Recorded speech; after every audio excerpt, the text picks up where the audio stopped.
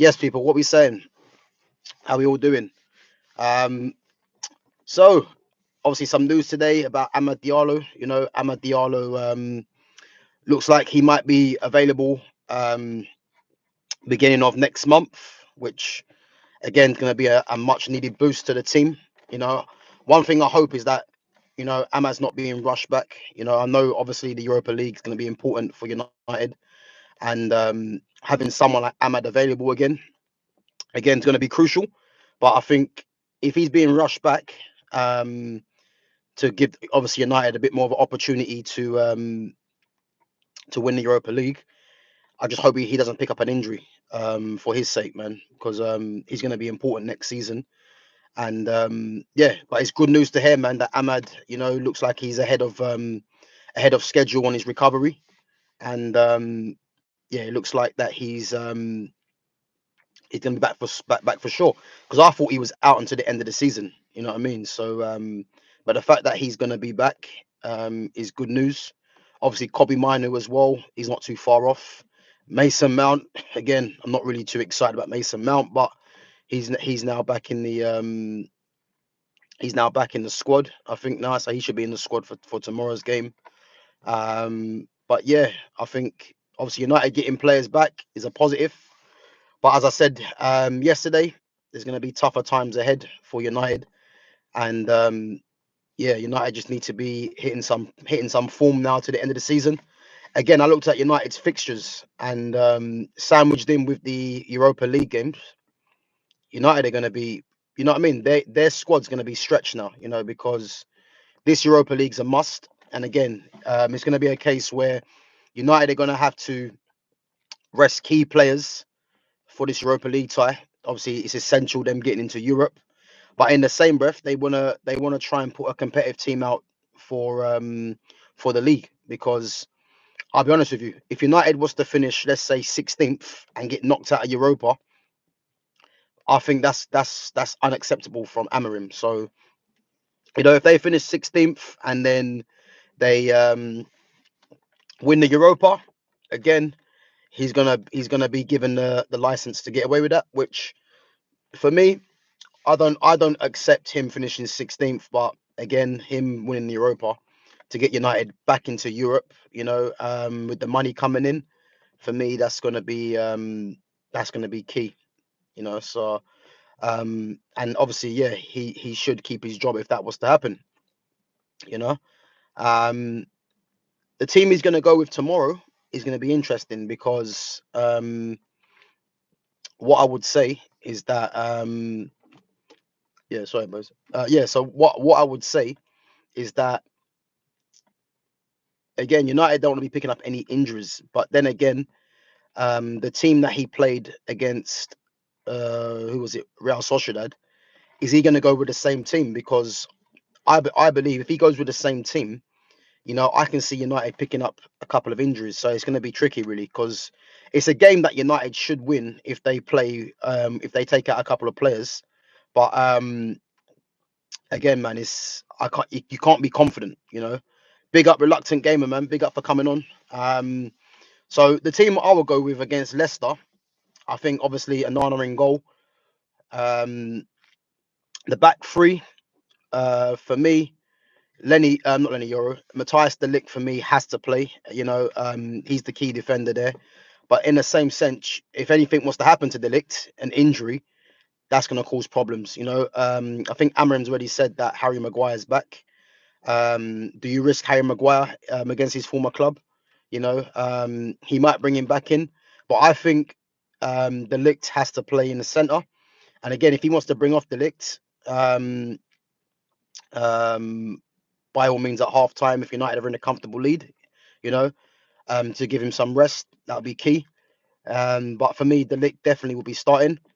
Big up reluctant gamer. So Man City winning 1-0 against Brighton. They're playing. Yeah, who scored? Erling Haaland. Did he score?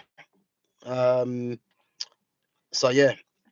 To be fair, I believe I was saying to someone the other day, I think Man City's next two games, I believe, are obviously today's one's Brighton, and I think the next game is Leicester. That's going to be 6 points, and I think by the time that Arsenal, because Arsenal playing tomorrow against Hall and Penalty. Okay, so Man City are playing. I'm not Man City. Arsenal playing tomorrow against Chelsea, and for me, I think I think Arsenal probably get a draw. I don't think they win that game if I'm honest.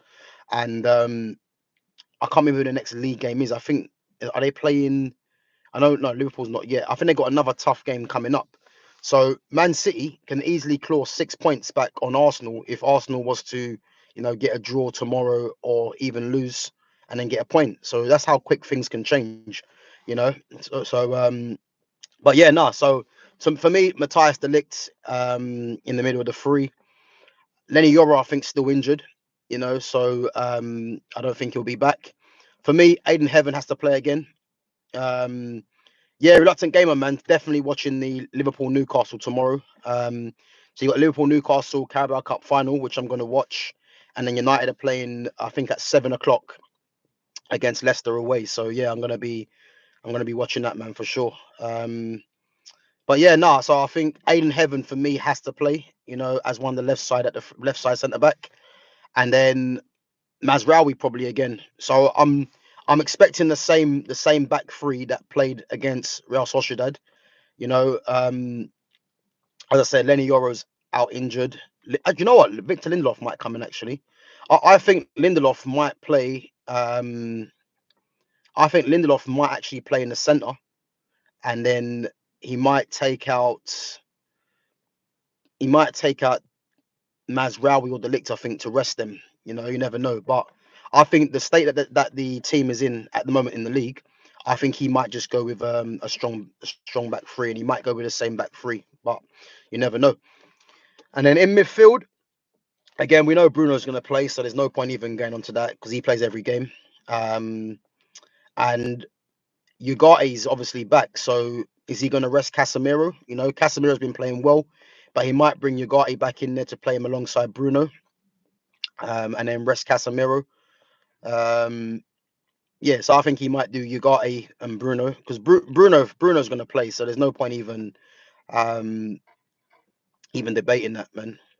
So yeah, Bruno and Ugarte, I think he's going to play, and then the wing backs.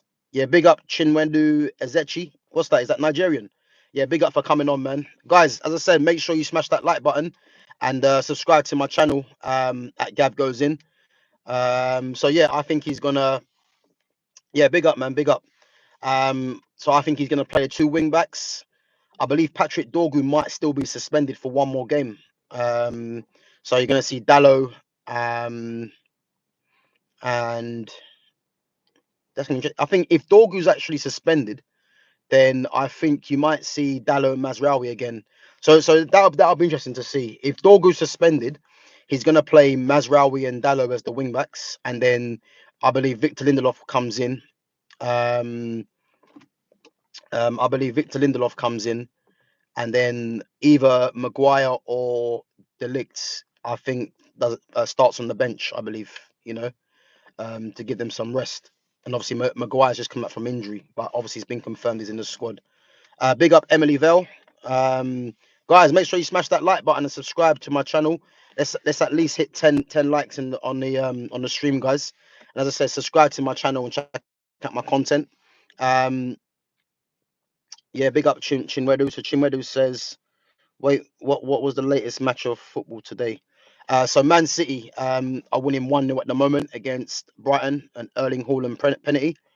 I haven't seen the games at the moment. I'm gonna go and check that in a bit. But yeah, I was saying that Man City for me, their next two league games I believe are the one today against Brighton, and then I think they've got Leicester City at home, which I think that's 6 points for them easy in my opinion. Even though Brighton are a good team, but I think at home they should get the job done. Big up Emily Vell. So Emily Vell says, "Are you British?" I am. I am. Yeah. Well, when I say British, I'm English. Yeah. So yeah, yourself, where you from? Big up Tyler the Hyper TTV. Yeah, big up, bro. As I said, make sure you subscribe to my channel, guys, and smash that like button. Emily, whereabouts in Britain are you from? What are you? Irish, Scottish, Welsh, English? Whereabouts are you from? Whereabouts are you from? But yeah, no. So I think yeah, depending if Patrick Dorgu, are you near London? Okay, okay. Whereabouts? Yeah, big up Chimwedu. Chimwedu's from Scunthorpe. Big up. What's that? Is that north? North? Is that northwest? Um, yeah, big up, man. So I think the wing backs, as I said, if Dorgu can play, then as I said, I think you're gonna see probably a Mazraoui get rested. I would say, or you might see him in the back three. Depends. And then the front three, I think you're gonna see what he's been playing. Um, yeah, no worries, Shinwedu, man. Safe for coming on. Um, I think what you're gonna see with the front three is possibly Hoyland again up top, and then Joshua Zirkzee, and then probably Garnacho.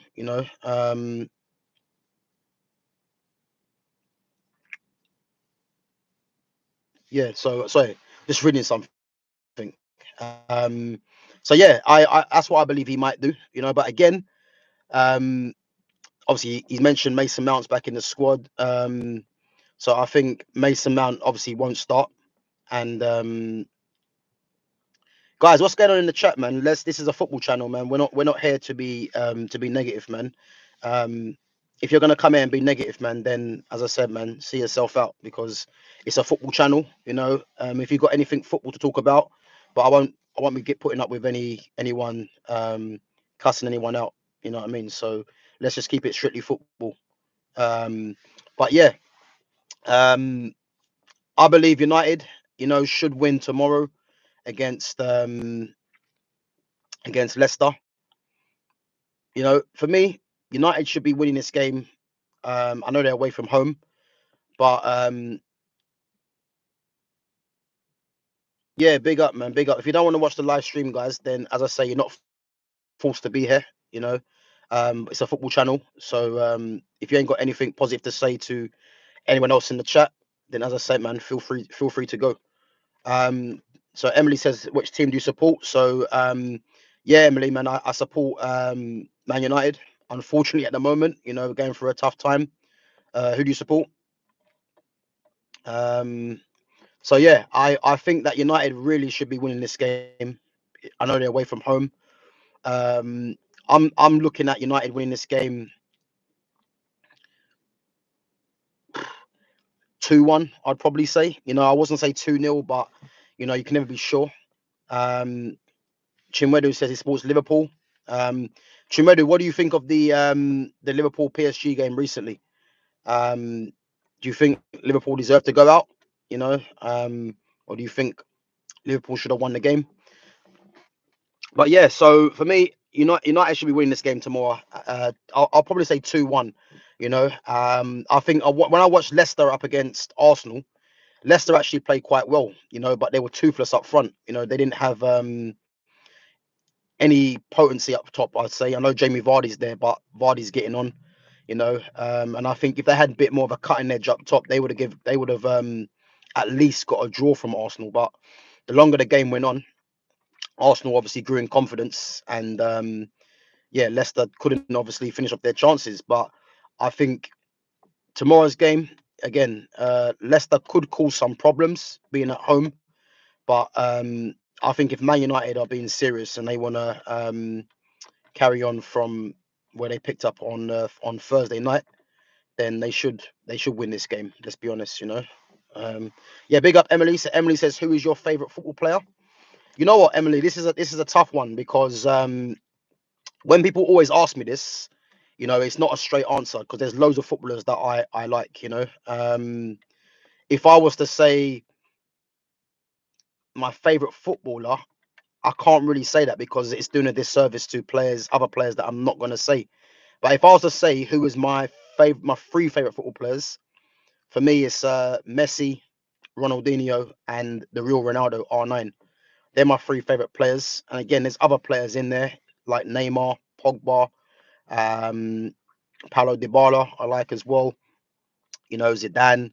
There's so many players. Adriano, if you remember Adriano from back in the day, there's loads of players. And there's obviously players that I've forgotten. Martial, top player. There's players that I've actually forgotten. But if I was to say who my three favorite, um, yeah, Ronaldinho, Messi, and R9. Yeah, them three for me for sure. Who's your favorite player? Who's a player that you like watching? Um, yes. So who do you like? Guys, yeah, give me your chats, man. Who's your favorite players, guys? Who's someone that you think, or even who do you like watching now? What players do you like watching now? Let me know. What players do you like watching now?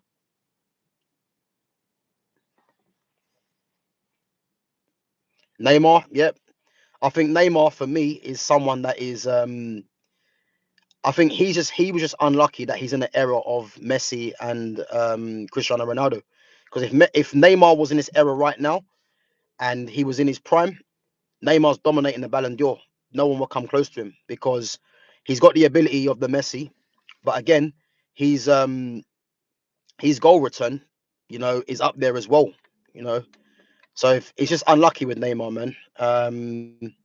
If Neymar was in this era, because this era now football is poor. There isn't too many players that I would say that I think are top level. There's not. I think when people mention best players in the world right now, the likes of Salah, Mbappe, Vinicius Junior, um, who else is there? Haaland. These kind of names come up, and again, those names I just mentioned are nowhere near the likes of your Neymars, your Messis, the Ronaldinhos, the R9 Zidanes. They're nowhere near them. So it just shows you the era of football that we're in now. It's obviously a stats driven game, but for sure, man, if Neymar was in this era, he'll be the best player by a mile. Big up Reluctant Gamer. So Reluctant Gamer says he loves Ronaldinho, Messi, CR7, Maldini, Zidane, Shearer. So the thing is, I hear it for Ronaldinho, Messi, Zidane, and Maldini. For me, CR7 in terms of his career that he's had, in terms of the trophies he's won, the Ballon d'Ors, the goals he's scored, the Champions Leagues, his career is definitely up there. But if we're talking pure football, he's not even in my top 10 for pure footballers, players that I enjoy watching. When he was at Man United, um, Messi's by far better than Cristiano Ronaldo. When Ronaldo was at Man United, he was obviously a skillful winger, more flair. And then when he went to Real Madrid, because obviously the battle with Messi, he changed his game. He redefined his game to being a goal scorer because that was the only way he could keep relevant with Messi, you know, because obviously now the game's a stats driven game, and he obviously kept himself relevant with Messi by getting numbers. But if you really know football, you will know that Ronaldo as a football player is nowhere near Messi. You know, Alan Shearer in his era again. Alan Shearer wasn't a great footballer, but in terms of goals, in terms of the style of player that he was a target man. In the air, he was great in the air as well, and obviously he holds the record for the most amount of goals in the Premiership. But again, he's nowhere near a Thierry Henry as a player, and this is the difference, And don't get me wrong, Alan Shearer was lethal in his day, but in terms of players that I like to watch playing, um, Shearer was nowhere near a Thierry Henry. He was nowhere near that level. He was nowhere near like a Luis Suarez in terms of football. You know what I mean? So that's what I would say. Yeah. Um, so yeah, as a Toon fan, so I grew up on Shearer. Yeah, I agree. So that was like my kind of era as well. Like the Les Ferdinands. That was at Newcastle. You might remember Peter Beardsley. Remember Tamuri Ketbire, the Georgian guy. You know what I mean? So, but yeah, Alan Shearer had a good career, man. To hold that record, obviously, he was a goal scorer. Never left the Premiership as well. But for me, yeah, he wasn't my type of striker, to be honest with you. And he might get regarded as one of the best ever players in the Premiership. For me, he's not. He's definitely not in the top three, not in the top five for me, regardless of the numbers that he got. So Reluctant Gamer says, who's better, Rooney or Shearer? Again, that's not really hard for me, really. For me, Rooney was a better player than Alan Shearer. He was a much better player than Alan Shearer. I think Rooney had the aggression. He had the ability to shoot from distance. You know, I think Rooney was a big game player as well. You know, I think the only blemish on Rooney's career, I would say, is that internationally, when it really mattered, he didn't really show up. Because I believe he's got one World Cup goal. And again, not many people will actually know that. But for someone of Rooney's ability to have one World Cup goal is shocking. And but his club career for United was ridiculous. That quartet of Rooney, Ronaldo, Tevez, and I think was it Berbatov at the time. Like that was devastating. So yeah, man. But Rooney for me is better than Shearer as a footballer, no doubt. So Shearer scored screamers, headers, penalties, free kicks, just didn't have pace. Yeah, yeah, I agree, man. Alan Shearer's variety of goals in terms of the shots, the headers, penalties and free kicks. I mean, they're dead ball situations, so they're a bit different. But in terms of the shots and the headers, that's what Alan Shearer was known for. Alan Shearer never scored like the little chips, the little dinks, because that wasn't really him. He wasn't really intricate like that. And the kind of era that he grew up in, you know, he wasn't known for that.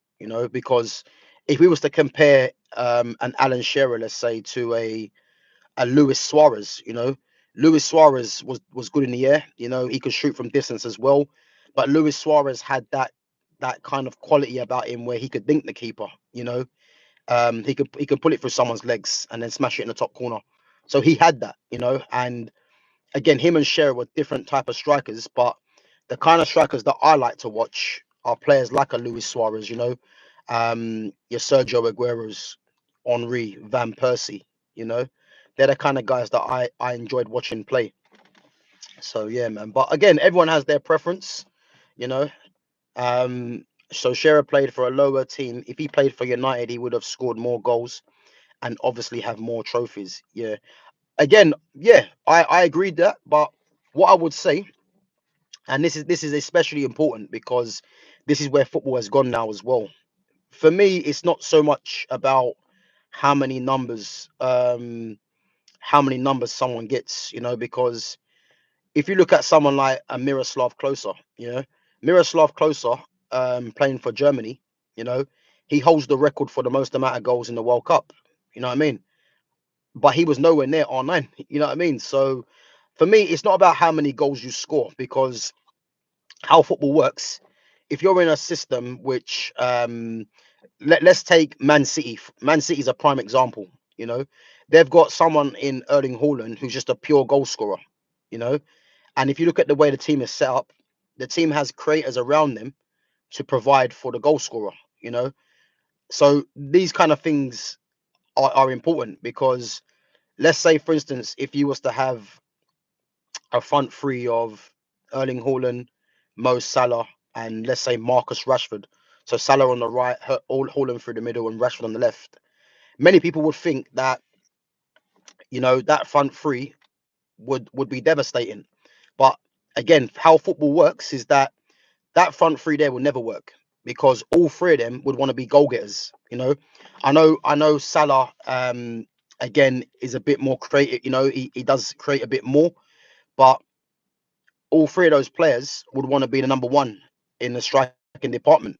And again, that's not how football works. You know what I mean? So if Erling Haaland's getting all the goals, that means somewhere else, either Rashford or Mo Salah won't be getting as many goals. Do you know what I mean? If you look at Liverpool, for instance, Mo Salah is the prime goal scorer at Liverpool.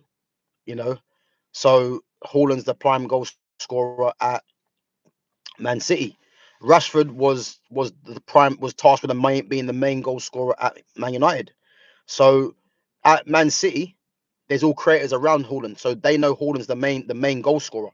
This is why it works. So it's not all about scoring goals. It's how what players can function in a system which is trying to get the best out of whatever talent they have. You know what I mean? And that's how it works.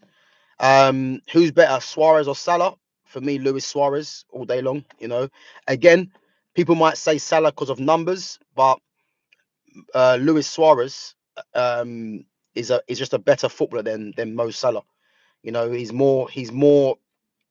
And again, Suarez at times wasn't easy on the eye to watch. You know, and again, what's important if you looked at the way Luis Suarez played for Liverpool and played for Barcelona, you notice his style of play was different. At Liverpool, he was more of the when he played with Sturridge and Sterling, he was more of the silky, skillful um, forward. I wouldn't say striker, more of a forward. You know, where him and Sturridge were interchangeable. You know, and Luis Suarez looked better on the eye at Liverpool. He played with more flair. If you look at him at Barcelona, because they had creators around him in Messi and Neymar, Suarez was tasked with being the actual goal scorer, you know, and his game was more of the facilitator in terms of being the target man, you know, and allowing the likes of Messi and Neymar to be the pure creators. And the thing is with Messi, Neymar, and Suarez, why that three works so well is because you had two creators first in Messi and Neymar, and then you had the goal scorer in Suarez for their system. But then if you look at it, Messi and Neymar were both creators and both goal scorers. Luis Suarez was a goal scorer and a creator. So with those three players, you know, they all worked. They worked well because they all could do the same thing. You know, but I preferred Suarez. For me, I preferred Suarez. I'd probably say I preferred him at Liverpool. You know, because he kind of was a bit more flary, I would say. You know, at Barcelona, he was devastating. You know, he was, and obviously, again, he still had his skill in that at Barcelona, but he played like a different role out there because he was like the target man there to facilitate for Messi and Neymar, really. You know, but yeah, good question, man. Um, Suarez had a I think Suarez had a better career. You know, he's won Champions Leagues with Barcelona. Um, didn't win a league title though with Liverpool. You know, but I would say he had a better career. You know, Mo Salah at the moment, yeah, he's won Champions League. He's won a league title as well with Liverpool. Um, Mo Salah's has had a very good career, but again, I prefer watching Luis Suarez for me. Um, who's the best player to ever live? Again, so for me, people are gonna say Maradona and Pele. Again, they weren't really in my time, you know. But having watched clips of Maradona, you know, Maradona was unreal, you know, and again played in an era where he was getting kicked lumps out of, you know, the balls that they were playing with as well. You know, it was harder in that era, I would say, in terms of if you look at football now, you know, the kind of science technology behind it, you know, players having more rest, you know, players having, you know, um, better nutrition, all these kind of things, you know. So I think these things go into it, but yeah, Maradona and Pele. Obviously, Pele was a supreme goal scorer as well. They weren't really in my era, so for me, it'd be unfair to say them two.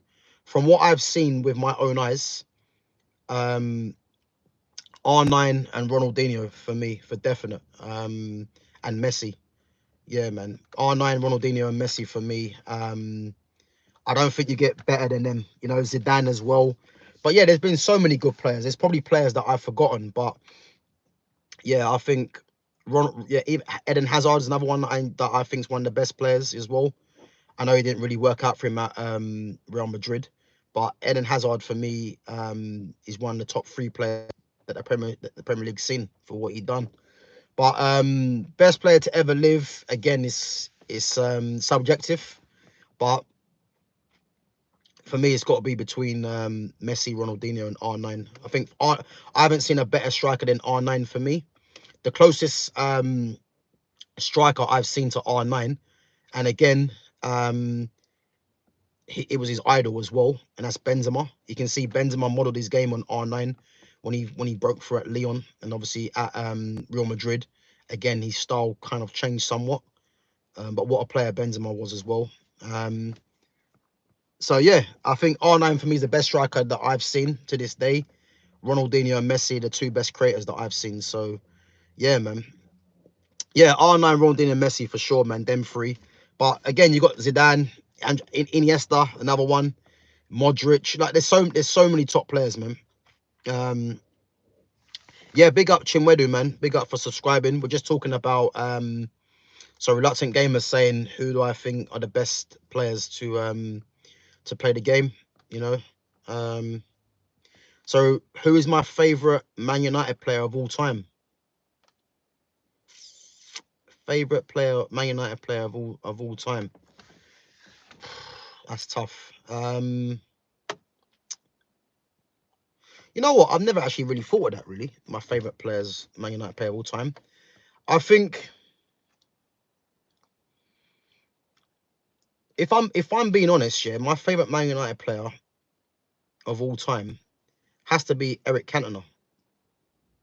Yeah, I'll have to say Eric Cantona.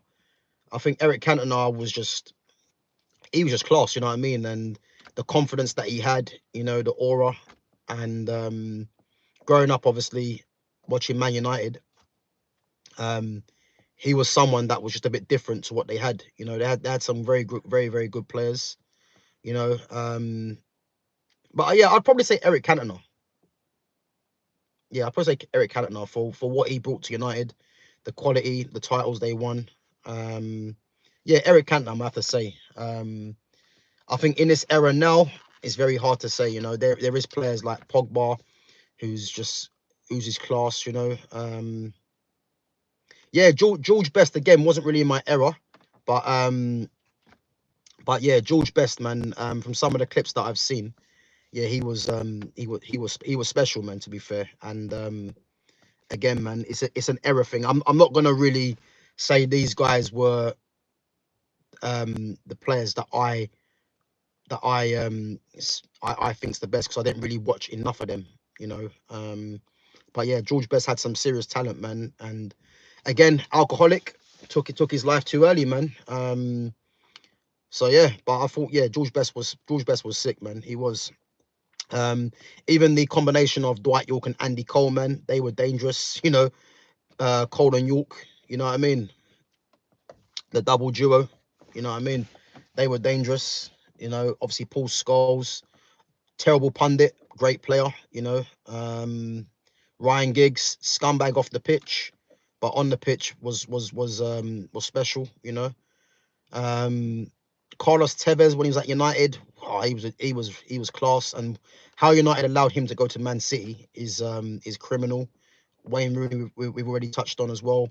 Robin van Persie, the season he came in was you would say single-handedly won United that league title in Ferguson's last season. So who was a better player in general, Eric Cantona or CR7? Again, it's subjective because in terms of impact, in terms of numbers, in terms of actual football players, you know, if we're talking about the footballer, for me, it was Eric Cantona. If we're talking numbers and just an impact, again, you could say Cantona, but obviously numbers will be on Cristiano Ronaldo's side. You know what I mean? That's a tough one, really. Cristiano Ronaldo, because I remember when he first came to United, you know, he was a skinny winger, you know, he was someone that was just trying tricks, you know, his end product wasn't there. So yeah, guys, if you're from my era, man, you would know this, you know, when he first came, he was all over the place. Made his debut at Bolton, at home against Bolton. And he was someone that was just a trickster, really, just losing the ball, trying things. And he was frustrating. And then there was one summer, man, where he came back and he just looked different, man. The haircut was different. He got some proper teeth in as well, you know. And he just looked like he'd been in the gym working. And yeah, man, that season he just went on. He just went on and on and on, man. You know what I mean? His career took off from there. So for me, I enjoyed watching Ronaldo at Man United, where he was more of a flair player. When he went to Real Madrid, you know, it was more of a numbers thing. You know, it was more of a, You know, how many goals can I get? And again, that battle with him and Messi was good because Messi pushed him and he pushed Messi. You know, and yeah, they were both pushing each other, man, and it was good for football because man, Barca and Real Madrid were just dominating Champions Leagues, the league titles, you know, and it was good to see. And El Clasico, man, as well was good to watch. I mean, when you watch El Clasico now, it isn't the same, man, you know. But yeah, Ronaldo and Cantona, it's difficult, man, to say. It's difficult to say, but again, two great players in their own right, man. So if I was a manager, who would I sign, Messi or R9? Again, this is a question which it's not as straightforward as that, and I'll tell you why. Yeah, if I'm a manager and I've got a team, it depends what you're missing. Because if I've got a number 9 that is a goal scorer, I'd want to have a creator around him. So again, who's a pure creator? Lionel Messi. You know, so if I've got a number, let's say I've got a number 9 for argument's sake, and Erling Haaland. Yeah, Erling Haaland would need creators around him. So who's a creator? Messi. So Messi's a pure creator, but gets goals as well. You know. Whereas if I've got creators, let's say I've got I don't know who's a creator in today's game. Let's say I've got Neymar on one side, and I've got I'm trying to think of a creator that's on the right hand side. Let's say Riyad Mahrez, for instance. Let's say I got Riyad Mahrez and Neymar, one on the right, one on the left. You would need a goal scorer, number 9. So you would pick R9. So it's not as simple to say. If I was a manager, who would I sign? It depends what players you've got at your disposal. You know, if you've got a pure goal scorer, you want a creator. If you've got creators, you want a goal scorer. So, you know what I mean? That's how it kind of works. You know, I gave you the example of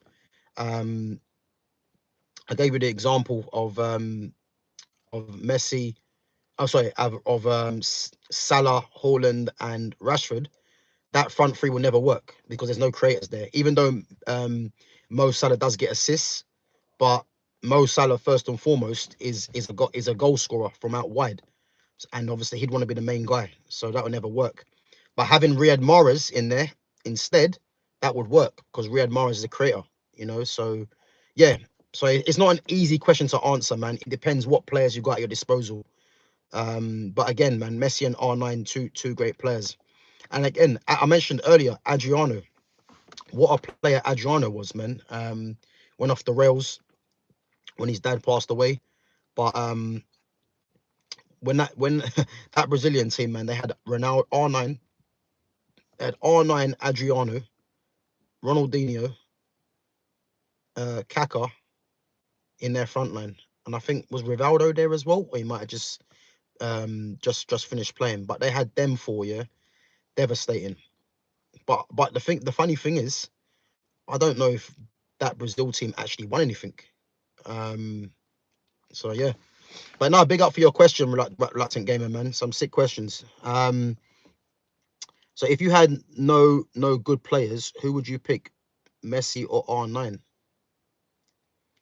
So sorry, what do you mean? If I had no good players, who would you pick, Messi or R9? Again, as I said, it all depends what team you've got, man. Because I just mentioned, if you've got creators all over the pitch, then you want a goal scorer, you know. But if you've got a goal scorer already, you want creators. So it's not as easy to say that, you know. So yeah, me not picking either one is it's a disservice, really. But it depends what team you've got, you know. If I look at let's say for instance Barcelona's team now, look at what Barcelona have got. Yeah, they've got Lamine Yamal, who for me right now is the best player in the world, just pure quality at 17, who's a creator. Lewandowski is a goal scorer. And on the other side, you've got Rafinha, who's a bit of both, but he's proving more of a goal scorer this season. So that combination there works, you know. If I was to drop Messi into that team, funny enough, it technically wouldn't work because unless you're going to play Messi as a number 10, because Lamine Yamal obviously plays on that right-hand side and does his damage cutting in. So you can't move Lamine Yamal to the left because he wouldn't be the same player. So yeah, it's a funny one because Lewandowski is the goal scorer, the target man. Lamine Yamal is the creator, and Rafinha is a bit of both, a bit of a creator and a goal scorer. You know what I mean? So this is what I'm trying to tell you, man. Like it depends what players you have in your system already. Who do you think is the best player in the world today? Yeah, Lamine Yamal, man. For me, Lamine Yamal is in terms of pure quality, is by far the best player in Europe by far. You know what I mean? He's the reason I like Lamine. For me, it's Lamine Yamal and Pedri. I think Pedri is a clone of Iniesta. You know, and the only thing that is missing from Pedri's game is that Pedri just needs to score a few more goals. But in terms of just consistent and pure quality, Pedri's one of the best in the world easily. You know, he's just like Iniesta for me. And Lamine Yamal, as I said, at 17, just shows his quality every game. You know, and yeah, for me, he's the best player in the world right now at 17. It's not even close. Do you know what? Yeah, I'm glad you asked this question, Reluctant Gamer. And again, man, big up for your questions, man. You're putting in some serious questions today, and these are the kind of questions I like to answer. If I could bring either Rodrigo or Vinicius Jr. to Man United, who would I pick? For me, this is an easy one, yeah, and that's Rodrigo, and that's nothing on Vinicius Jr. because Vinicius Jr. is a good player, but again, for me, Rodrigo's a better player. Rodrigo's just got pure quality, you know, and he's playing at Real Madrid, and the unfortunate thing for Rodrigo is that he has players. Yeah, big up Emily Val for coming back. The unfortunate thing for Rodrigo is that he's playing amongst players that have bigger profiles. Mbappe, Vinicius Jr., Jude Bellingham now. But Rodrigo's better than all three of them, in my opinion. He is. Um, his natural talent is there for all to see. And again, many people probably don't know this, but Rodrigo actually plays on the left. You know, and when because Real Madrid bought him and Vinicius Jr. at the same time, but Vinicius Jr. because he's got a bigger profile, you know, he's getting better numbers. He's obviously looked at above Rodrigo, you know, and again Bellingham's come in with the English hype, you know, the light skin fade, like all these things play a factor. So he's got a bigger profile than Rodrigo. And again, Mbappe, you know, the same thing, just like Jude Bellingham, bigger profile, you know, obviously rated as one of the best in the world, Ballon d'Or, all this.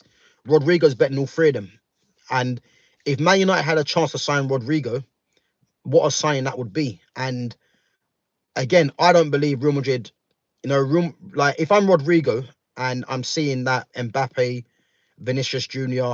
and Bellingham are looked at as above him, I'm wanting to leave to go to a club where he's going to be the face. And Real Madrid won't let him go easily. But if United had any chance of getting him, then again, that would be mad, you know. And these are the kind of players that United should be targeting. But again, no Champions League football, you know, 14th in the league at the moment. These kind of things are not really possible, man. But yeah, man, big up for your questions. So yeah, Rodrigo is very naturally talented. Yeah, 100%, man. He's such a good player, you know, and it's little things that you see. I mean, the goal against Atletico Madrid that he scored, yeah, was nothing short of was class, man. So if I had a chance to sign 3 players from Real Madrid, who would I pick? Again, for me, this isn't even hard. You know what I mean? The obvious ones would be Vinicius Jr., yeah, which I'm not picking, by the way. Even though I do think Vinicius Jr. is a top player in this era of football, I would say, because if he was in the era of Neymar, let's say, then he's not better than Neymar. But he is in this era of football one of the top players. But if I had to pick 3 players from Real Madrid, for me, this ain't even hard. You know, one, obviously, I just said Rodrigo. Number 2 would be, and for me, he's the best. Not only is he the best young midfielder, along with Pedri in world football, in my opinion, he's also one of the best midfielders in the world. and that's Camavinga. How Camavinga doesn't play regularly for Real Madrid is confusing for me, because he's a player that I desperately wanted at Man United, you know. And when there was talk about United, him and United and Real Madrid going for him, again, Real Madrid's pool, he was always going to go there. But for me, Camavinga's one of the best midfielders in the world, and you know, I'm hoping Real Madrid, like Ancelotti, doesn't play him as much, because um, I'm just hoping that Camavinga gets unsettled and wants to go, and United go and sign him. But for me, he's one of the best midfielders in the world easily. And then the third one is Arda Güler. So Rodrigo, Camavinga, Arda Güler. For me, three players that are not really core players, I would say, for Real Madrid. Two of them find themselves more on the bench. The other one is playing fourth to the other three that I've mentioned, you know. But those three players there, in terms of natural talents, should definitely be on Man United's radar for me, you know. So them three, they're the three that I would sign for sure, man. Yeah, big up for your question. Who is better, Nani or Rashford? Bloods and Gamer, man. Are you even asking this question, man? Are you serious? Because this ain't even a question for me. Nani's much better than Rashford. As I said, you know what I mean with Rashford, yeah. Rashford should have been sold about 3 seasons ago, you know. And the thing with Rashford, I said this time ago, yeah. The only reason Rashford was thrust into this limelight at Man United is because this fan base were desperate to choose him ahead of Martial. Everyone knows when Martial first came as a 19-year-old, Martial was by far the better talent. But because Martial's French, this fan base didn't want to give Martial the his flowers. So what they did was try and put Rashford ahead of him, you know. But Martial was always the better player, and obviously injuries played their part in the end, you know. But Martial was clearly the better player, but Rashford was obviously thrust into this limelight because they were desperate for Rashford to succeed over Martial. Now, the thing that Rashford has now, and again, I've been saying this for time, you know, the reason Rashford is getting criticism from this fan base is because this fan base were trying to push through Garnacho. And as bad as Rashford has been, Garnacho is not better than Rashford. But they're trying their hardest to push through Rashford, to push through Garnacho at the expense of Rashford now, because Rashford was always used as the scapegoat. Well, the Rashford was always given leeway, while other players like Martial, Pogba, Jadon Sancho were always the scapegoats for Rashford. But because they've all gone now, Rashford, in a sense, even Jesse Lingard as well, because they've all gone now, Rashford's got no one to lean on to now, because all those players I've mentioned have all moved on. And now it's Rashford by himself, being inconsistent, getting the big wage. And because they're trying to push through Garnacho, again, who's nowhere near good enough. This is why Rashford now is open season to criticize him. But he was never good in the first place to the level that these fans thought he was. You know, there was talk about him being on par with Mbappe. He never was. And that isn't to say that Mbappe is unreal, because he's not. He's another one that is overhyped, in my opinion. But yeah, Rashford was thrust into that limelight because they were desperate for him to succeed. And now you can see that, obviously, you know, is, in a sense, his career hasn't gone the way that a lot of these people thought he was going to, you know. But if you just open your eyes, you would have known this anyway. So who would you put Isak top 5 strikers today? Yeah, easily. And that isn't to say that. And the thing is, the reason why Isak is inside the top 5 strikers in football today is because, as I've mentioned previously, the striker pool is very tiny. You know, if you're looking at the best strikers in the world right now, you've got the two that are the obvious ones, but they're both the wrong side of 30, and that's Lewandowski and Harry Kane. They're the two obvious ones in world football. Then if you look at strikers now in football, for me, you got Isak, Erling Haaland. You know, they're the obvious two in world football now, you would say. that you would say are regarded as the two best. Obviously, people talk about Osman. For me, Osman, I don't really rate him. Gyökeres, again, I'm not really a massive fan of Gyökeres. You know, John Duran, for me, the fact that he went to Saudi was annoying because he was someone that I wanted United to try and go in for. And he's the right age as well, at 21, just turned 21. And he's the next one that's coming through, really. But if you look at strikers around in world football, they're not really there, you know. And this is why, and again, it's nothing against Isak, because Isak is a very good footballer, you know, but he's in the top 5 by default, really, because there's not really too many strikers around. But Isak, for me, yeah, is a good player. He is. And Newcastle, for me, are not going to sell him. And if they was to sell him, you're looking at easily 150, because you can't really replace him, because, like, as I said, there's not too many strikers in world football. So if we look at, so yeah, again, good question, man. So Mbappe, Kane, Haaland, Lewandowski, Isak, probably the top 5. Again, what I would say from that list you've just mentioned, Mbappe isn't even a striker, and this is the problem. Like, Mbappe's playing that position because Vinicius Junior's on the left, but he's not a naturally born striker. Mbappe's obviously, he plays wide left. So for where Real Madrid are playing him, yeah, he sets up as the striker, but that isn't his natural position. Whereas Harry Kane, Haaland, Lewandowski, and Isak, you would say they're actually number 9s. You know what I mean? But as I said, man, yeah, like, this era of football now is changed, man. But yeah, man, some great questions. Big up yourself, man.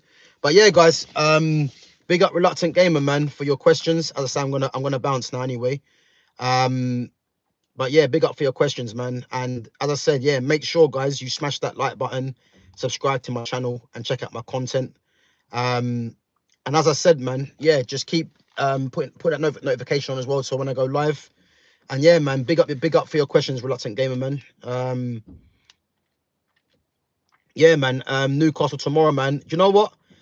I want Newcastle to win tomorrow, to be fair, because I believe their fan base deserves a trophy. You know, I think their fan base is probably one of the best fan bases in the league, and they've gone a while without winning anything. So again, Liverpool's obviously Man United's rivals as well.